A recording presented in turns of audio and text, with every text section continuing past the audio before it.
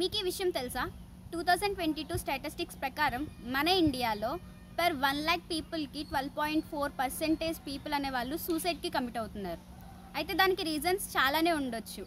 Like stress, depression, anxiety, financial pressure, failure, ఇలా ఏవైనా కావచ్చు. కానీ అల్టిమేట్గా రీజన్ ఏంటి అని అంటే ఆ యొక్క డిఫికల్ట్ సిచ్యువేషన్స్లో ప్రతి ఒక్కరు కూడా వాళ్ళ యొక్క ఎమోషనల్ బాండింగ్ అనేది, అది రిలేషన్షిప్ ద్వారా అవ్వుండొచ్చు, లేదంటే చుట్టూ ఉన్న ఎన్విరాన్మెంట్ ద్వారా ఆ ఎమోషనల్ బాండింగ్ ఏదైతే ఉందో అది కోల్పోవడం వల్ల ప్రతి ఒక్కరు కూడా ఇంకా నా లైఫ్ ఇలాగే ఉంటుంది, నేను ఇలా డమ్గానే నా లైఫ్ని లీడ్ చేయాలని చెప్పేసి ప్రతి ఒక్కరు కూడా సూసైడ్కి కమిట్ అవుతున్నారు.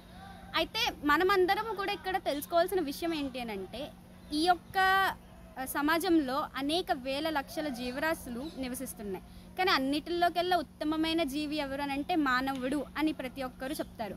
అయితే ఇలాంటి మానవ జీవితాన్ని మనము ఒక ఏదో బాధ వచ్చిందని చెప్పి, లేకపోతే ఒక సపోర్ట్ని మనం కోల్పోయామని చెప్పేసి మనం ఎప్పుడు కూడా సూసైడ్కి కమిట్ అవ్వడం అనేది అస్సలు కరెక్ట్ కాదు.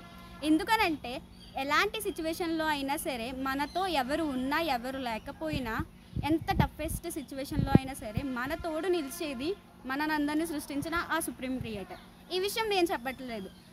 ఖురాన్ 93వ అధ్యాయము 1-3 వాక్యాలు మనం పరిశీలించినప్పుడు అందులో సుప్రీం క్రియేటర్ మనకు తెలియజేస్తున్నాడు ఏమంటే, నిస్సందేహంగా పగలు మరియు రాత్రి సాక్షిగా నీ ప్రభువు ఎన్నడూ నిన్ను వీడి పోలేదు, ఆయన నీకు ఎప్పుడు తోడుగానే ఉంటాడు, అలాగే రాబోయే కాలం కూడా నీకు చాలా గత కాలం కన్నా మేలైనదిగా ఉంటుంది అని చెప్పేసి ఆ ఖురాన్లో మనకి ఈ యొక్క కంఫర్టింగ్ వర్డ్స్ అనేది మనకి కనిపిస్తుంది.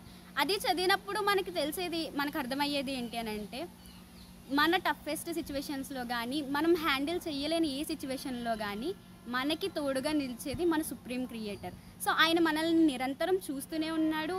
మనకి ఫ్యూచర్లో మన యొక్క ప్రాబ్లమ్స్ని తొలగించి మనకి ఒక కంఫర్టబుల్ లైఫ్ని ఖచ్చితంగా ఇవ్వడానికి సుప్రీం క్రియేటర్ రెడీగా ఉన్నారు.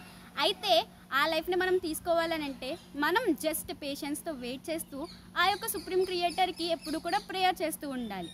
సో ఆయన మన ప్రేయర్స్ని ఖచ్చితంగా వింటాడు, యాక్సెప్ట్ చేస్తాడు, అండ్ ఫ్యూచర్లో మనకి కావాల్సిన లైఫ్ కూడా మనకి ఖచ్చితంగా దొరుకుతుంది.